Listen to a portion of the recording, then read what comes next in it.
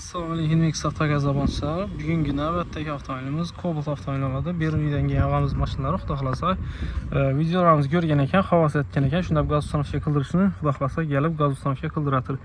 Mashinamiz Cobalt, обычный Cobalt bo'ladi, MC emas. Buna propan ustanovka qilingan, qo'yilgan narsani bir tushuntirib o'taman. Ayniqsa propanga kerak narsalar qo'yilgan. Elektronikamiz Stack GoFast 200 variantdagi elektronikamiz bo'ladi. Ya'ni OBD versiya bo'ladi. Обычный GoFast 200 dan güçlüroq ili sifatliroq bo'ladi. Sifatlilarida OBD'si bor, shuning uchun sifatli deb turibman. Injektorlarimizni akkuratni joylashtirib berganmiz. Yurtsan injektorlarni dona-dona etib, xonatlardan mo'shnatib ishlab berganmiz. Montajlarni chiroyli chiqarib berganmiz. Injektorimizni bilasiz, hamma vaqtda eng kuchli, eng premium kачестводagi zapchasini ustavka qilganmiz. W031 variantda skrasniy sportli injektor bo'ladi.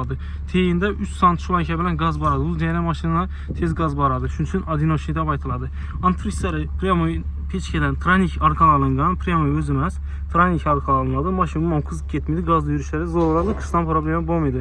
Xomsallardan moshina etganmiz, duanoy filtr qilganmiz, одноразовыйdan ustilarini rezinka o'rab, akkuratni sifatlatib berganmiz. Rezinkani o'rashimiz sababi vera deb tiqirdi bermaslik uchun maqsadida shunda bu o'raladi. Ili sifatlab joylashtirib turadi, qop-qora.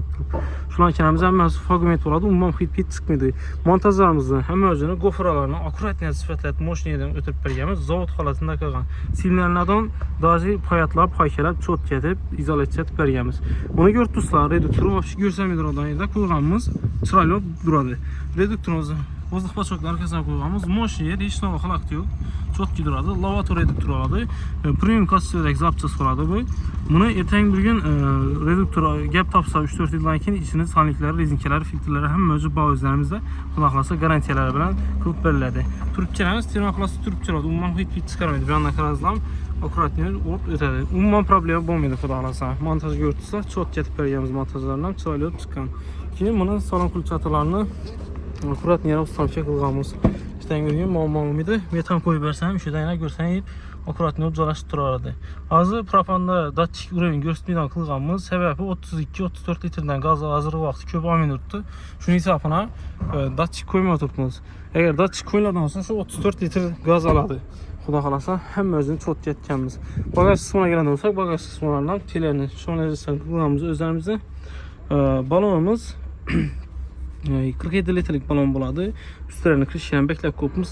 Zaporojniy motor tarafiga ketgan trubkasi общий hammasi termoplastikdan ishlangan bo'ladi. Umuman muammo bo'lmaydi, hid chiqmaydi. Qadimgi zamon narsasi yo'q. Xudo xolasa hozirgi vaqtdagi eng zo'r narsani ustavka qilganmiz.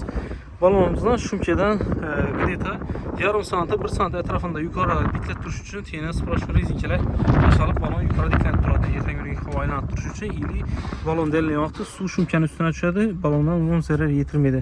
Zaporojnilarimiz esa shu yerda joylashtirib berganmiz, yana ko'ribsizlar. Turibchilarimiz osilib yotmaydi, akkuratni sifatlab o'tadi. Telerni ham germetiklab, mo'shnatib ishlab berganmiz, ko'ribsizlar. Termoplast turibchida akkuratni ekkanmiz.